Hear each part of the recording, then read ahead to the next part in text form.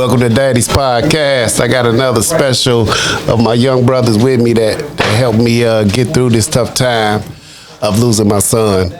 I've been knowing this young man. I think I met him maybe in, I don't know, 6th, 7th grade. Yeah. And me and Lil Greg used to check him out like, oh man, who is that over there, dude? Cold. But I'm gonna let you introduce yourself to Daddy's Podcast, man. Let the world know who you are. Talk to him. Hey, how y'all doing? My name Marcus Smith, one of Greg's closest child's friends, from the start to the end, had a couple fallouts, but as brothers, we bonded over again, if it's real, and it came back, so. Yes, sir. Yes, sir. That's what they call it. I got a hoop in the crib. That's one of my son's talent. He had a talent at that. And he was out here doing it. But Marcus, tell the world, man, how you come to know Big Greg, man? When did you first know who I was? I found out, we introduced ourselves, I could say about 7th grade, and then the 7th grade or 8th grade. And he was at a game where we played Greg before he had shot over to us to Ferrari.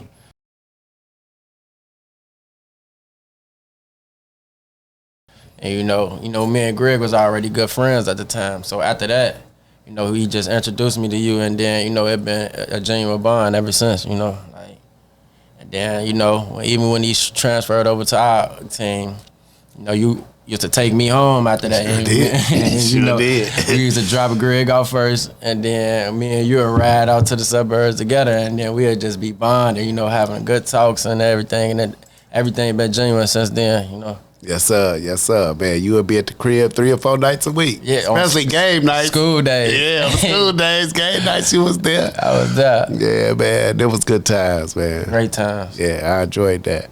Yes, sir. But I want to use Lil Greg podcast as a way to show the world that black fathers are out here. Mm-hmm. So I'd like for you to think of a father figure or figures that help raise you into the great man that you are today. Make sure you say his name and just give some accolades about that man. Okay, what can I say? I can say it's not really a lot, to tell you the truth, but talk to me. Tell us the truth. And I'm gonna be the real. It's real. To be honest, it was more women than men. Like that helped me out with this and was there for me with this, but. I gotta start off with you. You've been there for me. You gave me good guidance at all times. Never stood me wrong or anything. Even when I was wrong, I could name a time that one time me and Greg, and I know you probably remember this, it was at that game, man, and we was going to fight. You know what I'm saying? And I felt like you just let kids do it. You just let us do what we did just to see our mistakes. And when we got back in your car, you straightened us out. And I knew not to ever play with him or disrespect him and come at him with all the most respect at all times. But other than that, I can say a couple coaches that did, but it only went so far. You know what I'm saying? But I just gotta give a shout out to this, and these 2 ladies that's in this room right now, Naeem and Nicole. Really took me in at a young age, and they was there for me, good through bad, so the man that I praised and I gave glory to right here, that's it. But these 2 ladies that's in here right now, is the most ones that been behind my back. That's real talk. I just gotta say that, and I'm not even trying to give them too much of the glory, but they always been here with me through the good and bad. Yes, sir. Yes, sir. And you turned out to be a great man. Yeah, made a couple mistakes, but I learned from it, But you get a chance to mature, Marcus. You know what I'm saying? I'm watching you, and you maturing, and you moving better. You speaking in complete sentences. You here now. It's like I'm just so proud of the growth, and I'm just glad that you have got the chance to make it through Chicago, south side of Chicago, and make it through with a lack of a father. And I want to say thank you for giving me my flowers. I'm accept that, and I'm glad that you did say that. But as far as watch you continue to grow, you had a chance to grow, and you're taking advantage of it. You got your son out here. You got your son with you. That means a lot. You know what I'm saying? You're going to make sure your son get things that you didn't get. Exactly. Because you got to see the good parts of a father and a bad part. And I think that you're going to mash those all together and become the father that you're going to become. Yeah, that's the goal. And that's awesome. Appreciate it. That's definitely the goal for me to do. Yes, sir. I'm glad to see you here with your sonny. Yeah. Go ahead. Did I cut you off? No, you was good. I'm waiting on you. Okay. January 28th. Let's talk about that day. You lost the guy that y'all slept in the same bedrooms together, wore the same uniforms together. Y'all was enemies, I guess opponents of each other, going head to head to becoming teammates to sleeping in the same room. I watched all that, you know what I'm saying? Talk to us, man. How did you get that phone call, and how was that day for you? The first time I got the phone call, I was actually listening to this instrumental, and it was like an instrumental that make you think about, you know, the hard times that you've been through and everything. And my cousin Sundell, he came in the room and he told me, like, man, did you know Greg got shot? So after that, I called Nani. Where you at? I'm on my way to the hospital. So I just hung up the phone. I'm like, what hospital y'all going to right now? You know, she told me Rush Hospital. I was shot up there. And, you know, I'm just hoping, you know, I'm seeing all us outside, the family members outside, and we just out there sitting and waiting. I think that's the real thing that like really traumatized me through this. Like, I don't know. I don't even think a lot of people understand what I go through with that. You know what I'm saying? But like seeing when that news came out, you know what I'm saying? Like, and they told us what it was, you know? Like that kind of changed me, and that kind of changed my mindset. It made me like kind of like don't even really like I don't even really talk no more. Like sometimes I be feeling like I got a lot to like. It's a lot that's on me right now. Like if I feel like if I start telling somebody how I feel, you know, about even these situations, they'll feel like I'm talking too much. You know what I'm saying? Because it's so much. So that's why I keep a lot in, you know what I'm saying? Like I keep a lot in because that really hurt me real bad. Like that's a like childhood friend I knew since 07, 08, you know, 2008, it's 2023 now, you know what I'm with that like. So like that really like hurt me, you know, like I couldn't even like it's times I still cry at night about it, you know what I'm saying? A lot of times I still cry, like being at the house on 75th.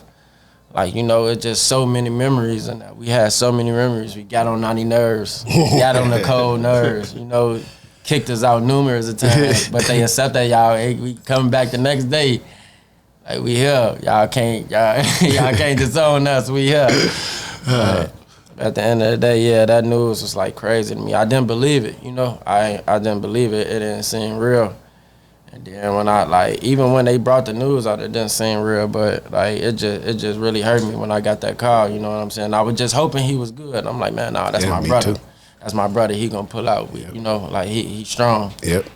And then you know, it just changed. That like kind of changed me. It kind of changed my whole mindset. People like I kind of even fell back off a lot of people. I don't really even hang out with a lot of people no more after that. You know, cause like.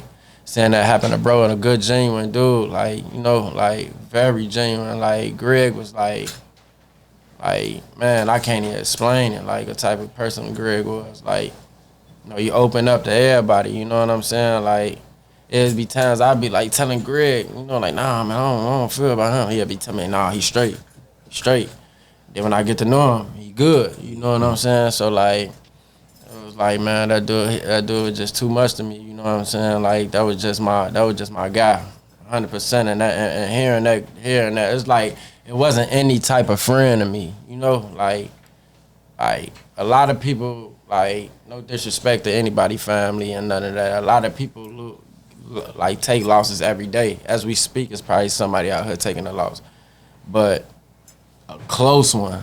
You know what I'm saying? That like I couldn't believe it. You know what I'm saying? Like yeah. I just couldn't believe it at all. Like and that hurt me. Like it left a scar on my heart. You know, like it kind of changed me. So I felt like I was terrible. Like I was, man. It was horrific. That like it was horrific. Like everything was horrific, man. Like it was terrible. Marcus, it's so many things that you just said in that story that I can go back on it. But I'm just gonna start with, let me try to go back on some of them.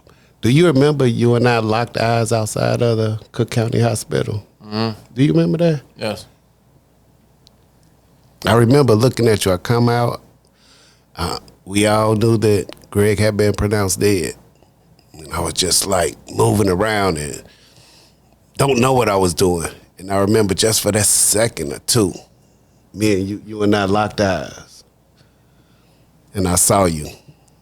And I remembered you there. Yeah, that was hard.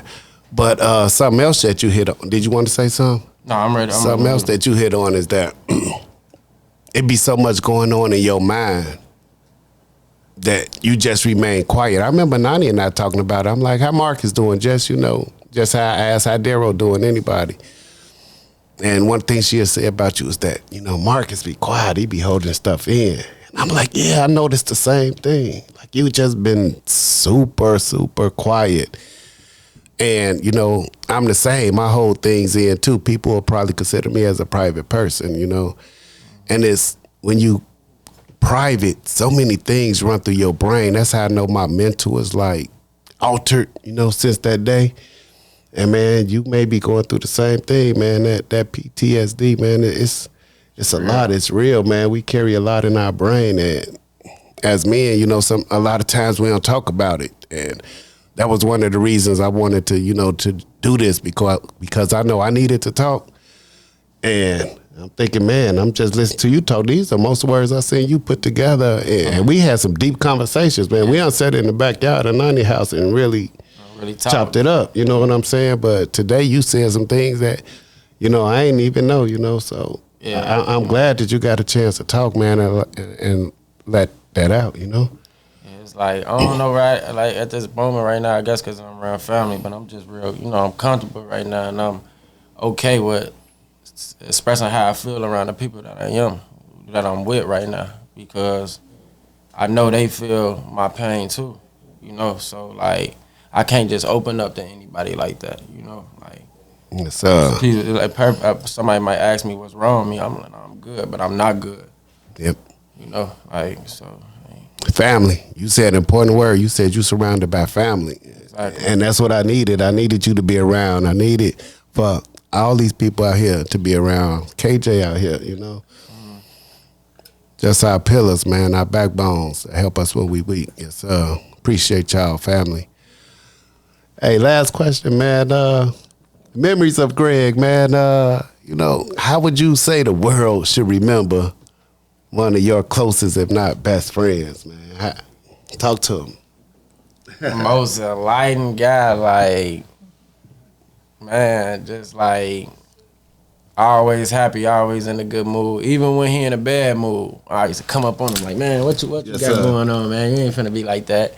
And he'll just get to joking around, playing with me again, get back to himself. You know what I'm saying? Like, he never in a bad mood for a long time. And one thing I know about him, he handled his business. He kind of motivate me to do that. You know what I'm saying? Like, I even seen Greg, like, our past life and what we lived in. When I seen him get a job, I'm like, man, like, you growing. Sure like, get you a know job. What I'm saying? Yeah. Like, you really growing. Like, so sometimes even when I get in my downfalls, I always think of him. And I be like, nah, Greg would have did this. Greg would, I gotta get myself together. No matter what, he made sure him and his kids were straight. Yeah, he did. And Nani and Nicole. Yeah, he did. And and he made sure y'all relationship was tight. You know what I'm saying? Even though it been ups and downs with all of us. You know what I'm saying? Yeah. But our relationship always been tight. So, like, I just look at him like he was just a great guy. Like, outstanding guy. Like, outstanding character. You know what I'm saying? Like, his character was just amazing. Like, he just, like, everybody liked the Greg. Yeah. Like, he had a house full of people. He was in that sleep. Everybody loved Greg. Like, who didn't love Greg? Like, everybody loved him. Like, the first moment I met Greg, 6th grade, at the church, right there on 73rd. Which I was hooping in the church? Hooping in the church. Yeah.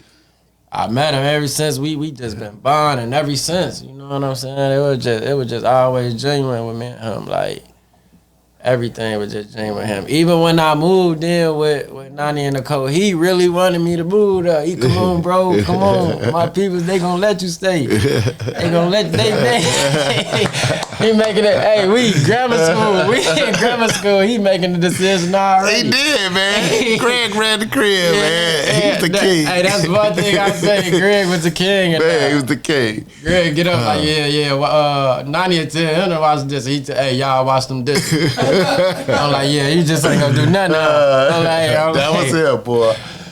You telling the truth. A lot of that remind me, and I look back how 90 years with Nicole, with Mari, and it just like I always said, I'm like, that's how 90 used to be with Greg, like all the time. I'm like, 90, man, he just do it. He ain't not know that Mari do what he wants or something. He definitely. Nani just love on him, man. Yeah, Nani she love on him, man. And I see that, like, you know, it remind me of him all the time. I tell McDermott be in the career, I'm like, man, she used to treat Greg just like that. He can't do nothing wrong unless he doing something outrageous. Yes, but like, you know, like, he remind me of him. He got his whole swagger, like, you know, like. I watch him, like, he really got his whole swag, like, you know what I'm saying? Like, that really amazes me. Yeah, Mari want to be like his dad. We was just talking about that earlier. Just like him. He want to be just like him. Just like him. And it really been like that. When, like, soon as Mari learn how to talk, he picking up all this slang from his dad. Yeah, like, he did. He picking up everything. Like, so, like, you know, that amazed me, too. Like, you know, just to see him reincarnating, you know. Yeah.